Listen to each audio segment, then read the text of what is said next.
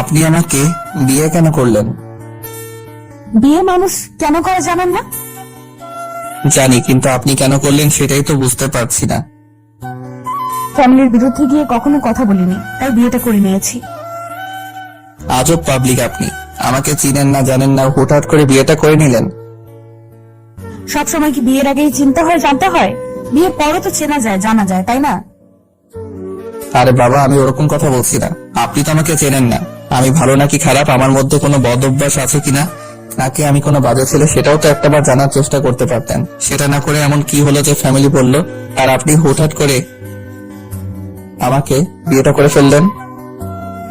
দেখেন, আপনার বিয়ের আগে কোনো অ্যাফেয়ার ছিল কিনা আমি জানি না, তবে এখন থেকে আর ওসব চলবে না। আর বললাম না, আমি পরিবারের বিরুদ্ধে কখনো কথা বলিনি। ওরা যাকে ভালো ভেবেছে তাকে বিয়ে করে নিয়েছি, আর জীবনে আব্বু আম্মুর কাছে যা চেয়েছি সেটাই পেয়েছি। তাই ওরা বলেছিল আমাকে এই কথাটা রাখতে, তাই বিয়েটা করেছি। সেটা জীবনের সবচেয়ে বড় ভুল করলেন। একটা বারও তো আপনার জানা উচিত ছিল আমি ভালো নাকি খারাপ, নাকি কোনো বাজে ছেলে। আপনি সেটা জানার চেষ্টাই করলেন না, হুটহাট করে আমাকে বিয়েটা করে নিলেন। এখন যদি আপনাকে আমার কাছ থেকে সারা জীবন অবহেলাটা পেতে হয়। আপনি এমন কথা বলছেন কেন? আপনার কাছ থেকে অবহেলা পাবো কেন? আচ্ছা, কি এমন হয়েছে বলুন তো? আপনি কি কোনো কারণে আপসেট, নাকি আমার উপর কোনো কারণে রেগে আছেন? বলেন। না না, আপনার উপর রেগে থাকবো কেন? কয়েকটা দিন আগে জানতে পারলাম আপনার সাথে আমার বিয়ে হবে, তার উপরে আপনার সাথে কখনো দেখা হয়নি, তাহলে শুধু শুধু আপনার উপর রাগ করে থাকি কি করে বলেন? আপনার কথা শুনে মনে হচ্ছে আপনি আমাদের বিয়েতে খুশি ছিলেন না, কিংবা আমি আপনাকে বিয়ে করেছি তাই হয়তো অনেক বেশি রেগে আছেন। আমি কি দেখতে খারাপ নাকি? আমাকে পছন্দ নয় আপনার? তেমনটা না, আবার এক প্রকার তেমনটাই বলতে পারেন। তাহলে কেমন সেটা তো বলেন। তাছাড়া আপনার কি কোনো গার্লফ্রেন্ড আছে? যদি থাকে সেটা তো আমাকে একবার বলতে পারতেন, তাহলে আমি আমার পরিবারের সবাইকে বলে দিতাম। আর এখন বিয়ের পর আপনি এমনটা বলছেন? এখন তো বিয়েটা হয়ে গেছে, তাহলে এখন আপনার আমাকে মেনে নিতে হবে। একটা সময় ভালোবাসতে হবে, আর স্বামী স্ত্রীর সম্পর্কটা কত মধুর আর অটুট সেটা আপনি জানেন। তাই এই বন্ধন এত সহজে ভাঙবে না, সম্পর্কটা দিন দিন আরো গভীর হবে, সেটা আপনি খুব ভালো করেই জানেন, কিন্তু রাগের বশে এরকম কথা বলছে। দেখেন, আমার গার্লফ্রেন্ড আছে কিনা আমি আপনাকে সেটা বলতে চাইছি না, আর থাকলেই বা কি, আমি তো বিয়েতে রাজি ছিলাম না, শুধু আব্বু আম্মুর জড়াজড়িতে আমাকে বিয়েটা করতে হয়েছে। আর কি বললেন, এখন বিয়েটা হয়ে গেছে দেখে আপনাকে স্ত্রী হিসেবে মেনে নিতে হবে, ভালোবাসতে হবে? আপনাকে কখনো যদি স্ত্রী হিসেবে না মেনে নেই তাহলে কি করবেন? আর মানবই বা কি করে, যেখানে আপনাকে কখনো কোনোদিন দেখিনি, চিনি না, জানি না আপনি কি কেমন সেটা জানার চেষ্টাই করিনি, সেখানে আপনাকে ভালোবাসবো কি করে? আগে হয়তো আমাকে কখনো দেখেননি, কিন্তু এখন থেকে তো দেখবেন, চিনবেন, জানবেন। আপনি এত তাড়াতাড়ি আমাকে ভালো না বাসতে পারলেও সময় নিন, সমস্যা নেই, আমি আপনার জন্য অপেক্ষা করব। এমন ভাবে কথা বলছেন মনে হচ্ছে আপনি আমার পূর্ব পরিচিত। কি হয়েছে বলুন তো? আপনি কি আগে থেকে আমাকে চিনতেন নাকি আমাকে পছন্দ করতেন? আপনার কথায় কেমন রহস্য খুঁজে পাচ্ছি। আমার মনে হচ্ছে আপনি হয়তো আগে আমাকে কোথাও দেখেছেন, কিংবা আপনি ইচ্ছে করে বিয়েটা করেছেন। আরে বাবা না, আপনি এমনটা ভাবছেন কেন? বললাম না, ফ্যামিলির বিরুদ্ধে কথা বলতে চাইনি। তার উপর আব্বু বলেছিল আপনি নাকি অনেক ভালো একটা ছেলে, বাজে কোনো নেশা আপনার মধ্যে নেই, আর আপনাকে স্বামী হিসেবে পাওয়াটা যে সৌভাগ্যের, কারণ আপনি আমার আব্বুর বন্ধুর ফ্রেন্ডের ছেলে। তাই আপনাকে বিয়েটা করেছি, আর বিয়ে তো একদিন না একদিন করতেই হতো। আমি জীবনে কখনো কাউকে ভালোবাসিনি, ভেবেছিলাম যার সাথে বিয়ে হবে তাকেই ভালোবাসবো, নিজের সবটা উজাড় করে দিব। ওইটা সবাই বলে, কিন্তু বিয়ের আগে সব মেয়েরা সবটা তার বয়ফ্রেন্ডকে উজাড় করে দেয়। এখনকার রিলেশনে কেমন পর্যায়ে যায় সেটা আমার খুব ভালো করে জানা আছে। আপনি আমাকে সন্দেহ করছেন নাকি আমার চরিত্রের উপর আঙুল তুলছেন? না, তেমনটা নয়, কিন্তু এখন তো এমনটাই হয়ে আসছে। তাছাড়া আপনি বলছেন বিয়ের আগে কাউকে ভালোবাসেননি, আর আপনি যে সত্যি কাউকে ভালোবাসেননি, কারোর সাথে ডেট করেননি, সেটা আমি বুঝবো কি করে? দেখেন, আপনি কার সাথে কি করছেন কিংবা আপনার গার্লফ্রেন্ডের সাথে কি করেছেন সেটা তো আমি জানি না, কিন্তু আমি কখনো কাউকে ভালোবাসিনি। আর তাছাড়া আপনি হয়তো আমার সতীত্ব নিয়ে কথা বলছেন, তাই না? আপনি বিশ্বাস না করলে নিজে পরখ করে নিতে পারেন। আপনি তো আমার স্বামী, আপনার অধিকার আছে আমার কাছে আসার, আমাকে ভালোবাসার। আর রুম ডেটের কথা বলছেন, যেখানে কোনো ছেলে আমার হাতটা পর্যন্ত ধরতে পারেনি, সেখানে ডেট তো দূরে থাক। এত বাজে কথা বলছি আপনাকে, তারপর আপনি রাগ করছেন না কেন বলেন তো? আমি তো ভেবেছিলাম এরকম কথা বলার সাথে সাথে আপনি আমাকে কষিয়ে কয়েকটা থাপ্পড় মেরে দিবেন, কিন্তু সেটা তো করেননি। উল্টো ঠান্ডা মাথায় আমাকে সবটা বোঝালেন। কি এমন হয়েছে বলুন তো? নাকি আপনি আগে থেকেই এরকম ঠান্ডা স্বভাবের?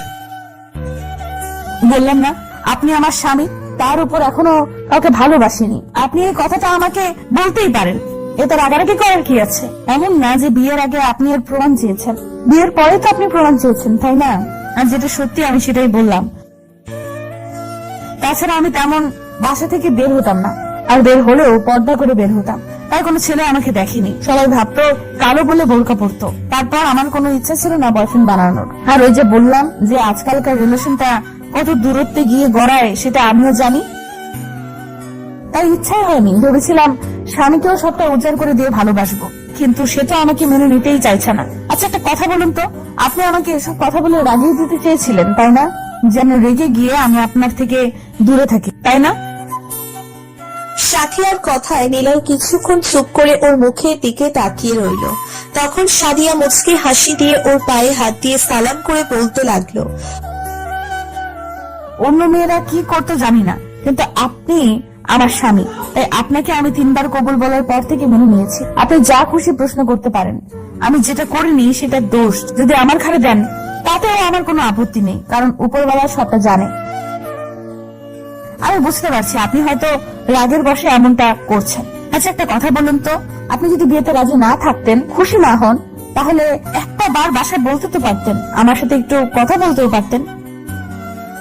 সেই সুযোগটা তো কেউ আমাকে দেয়নি। তাছাড়া আমাকে জানিয়ে বিয়েটা ঠিক করেনি। বিয়ে ঠিক করার পরে আমি জানতে পারলাম 1 সপ্তাহ পর আমার বিয়ে। তখন কি করব বুঝে উঠতে পারছিলাম না। আব্বু প্রচন্ড রাগী মানুষ, যদি বারণ করে দিতাম তাহলে অনেক রাগারাগি করতো, এমনকি ত্যায্য পুত্র করে দিত। তাহলে বোধহয় ভালো হতো, আপনাকে আর বিয়েটা করতে হতো না, আর আমাকেও এরকম পরিস্থিতির সম্মুখীন হতে হতো না। আজকে যাকে স্বামী হিসেবে মেনে নিয়েছি সে কিনা আমাকে এরকম প্রশ্ন করছে, এসব আমাকে শুনতেও হতো না। আপনি মনে হয় কষ্ট পেয়েছেন।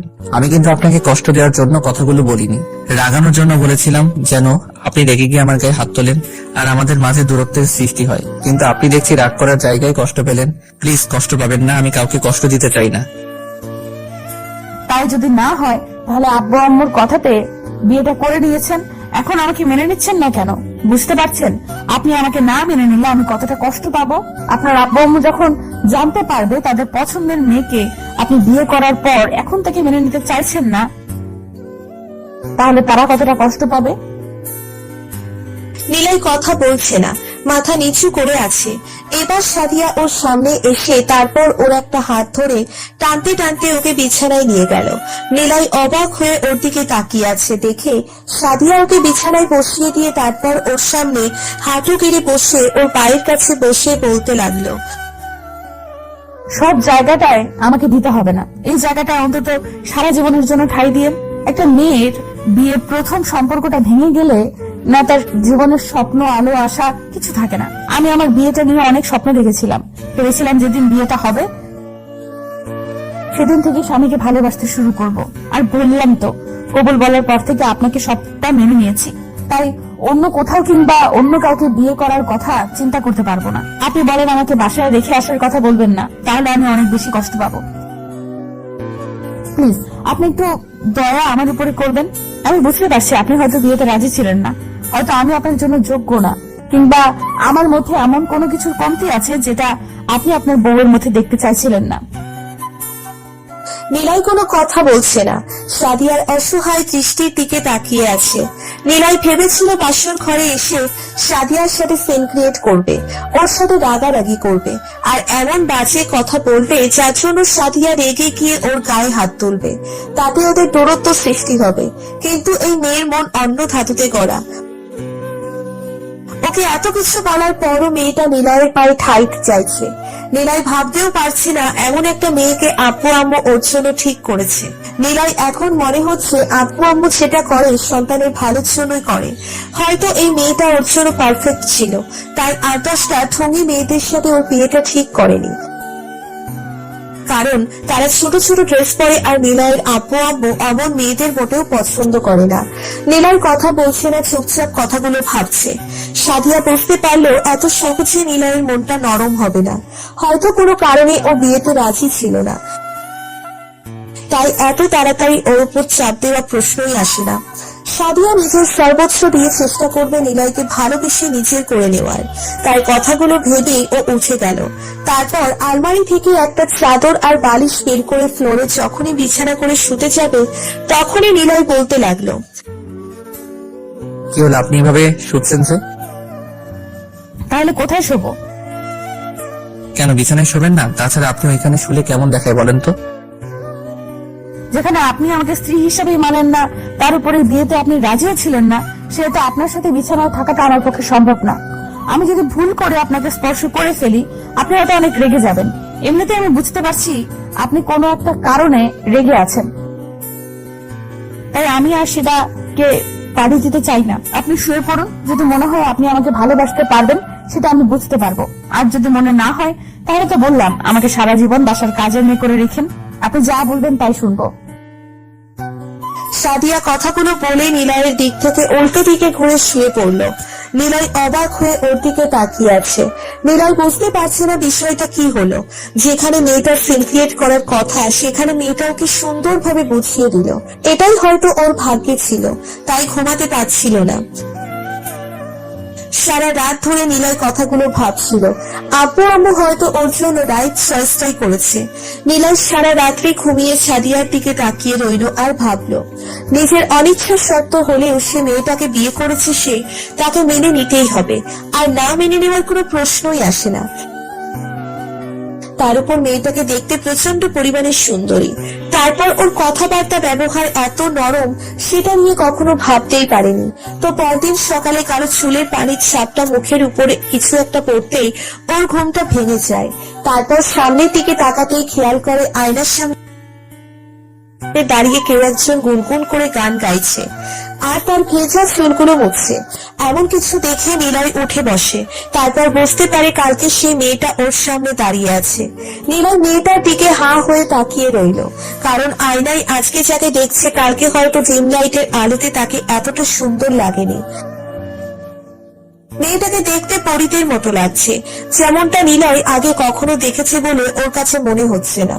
মেয়েটার কাজল কালো চোখ, গোলাপের পাপড়ির মতো ঠোঁট আর কোমর ছাড়িয়ে চুলগুলো যেন নিলয়কে মাতাল করে দিচ্ছে। তার উপর মেয়েটার শরীর থেকে কেমন যেন একটা স্মেল আসছিল, যার জন্য ও একটা ঘোরের মধ্যে চলে যাচ্ছিল। ও নিজের অজান্তেই উঠে এবার মেয়েটার কাছে যেতে লাগে। মেয়েটা একবার ওর দিকে তাকিয়ে তারপর আবার নিজের কাছে মনোযোগ দেয়। নিলয় গিয়ে সাদিয়ার পিছনে দাঁড়িয়ে রইল। তখন নিলয় ওর দিকে তাকায় আর বলে, কোনো সমস্যা হয়েছে? না তো, কি সমস্যা হবে? ভাবছিলাম কোনো সমস্যা হয়েছে, আপনি হয়তো আমার কোনো ব্যবহারে রেগে গিয়েছেন, না হলে তো আপনি আমার কাছে আসতেন না।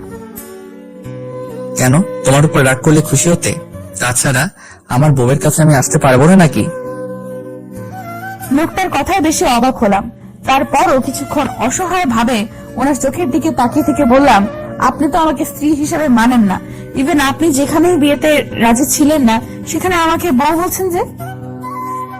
কালকে রাত্রে তোমার কথাতে বুঝতে পেরেছি আব্বু আম্মু কিসের জন্য তোমাকে এত বেশি পছন্দ করে। তার উপর সারা রাত ধরে ভেবেছি এই মেয়েটাকে যদি বউ হিসেবে না মেনে নিই তাহলে জীবনের সবচেয়ে বড় ভুলটা আমি করব। কিন্তু ভালোবাসতে আমার একটু সময় লাগবে।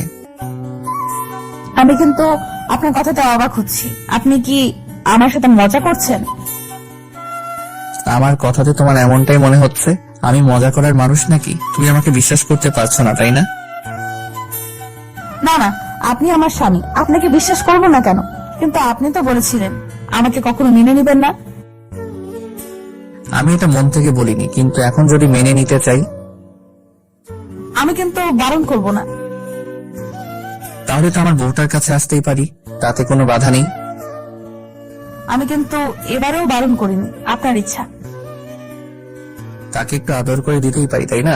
তাকে এত তাড়াতাড়ি ভালো না বাসতে পারলেও কালকে রাতে যেটা হয়নি এখন তো সেটা হতে পারে, তাই না? আমি কিন্তু এবারেও বারণ করিনি। আপনি বারবার এসব কথা বলে আমাকে লজ্জায় ফেলে দিচ্ছেন। তাহলে কি বলো, লজ্জাটাকে আর একটু বাড়িয়ে দেই? নীলয় কথাগুলো বলেই সাদিয়াকে নিজের কাছে টেনে নেয়। তারপর ওকে কোলে উঠিয়ে নিতে সাদিয়া ওর বুকে মুখ লুকালো। তো ভালো থাক ভালোবাসা। আমাদের ভিডিওটি কেমন লেগেছে তা কমেন্ট করে জানাতে ভুলবেন না। আর ভিডিওটি যদি ভালো লেগে থাকে তাহলে একটু লাইক করুন।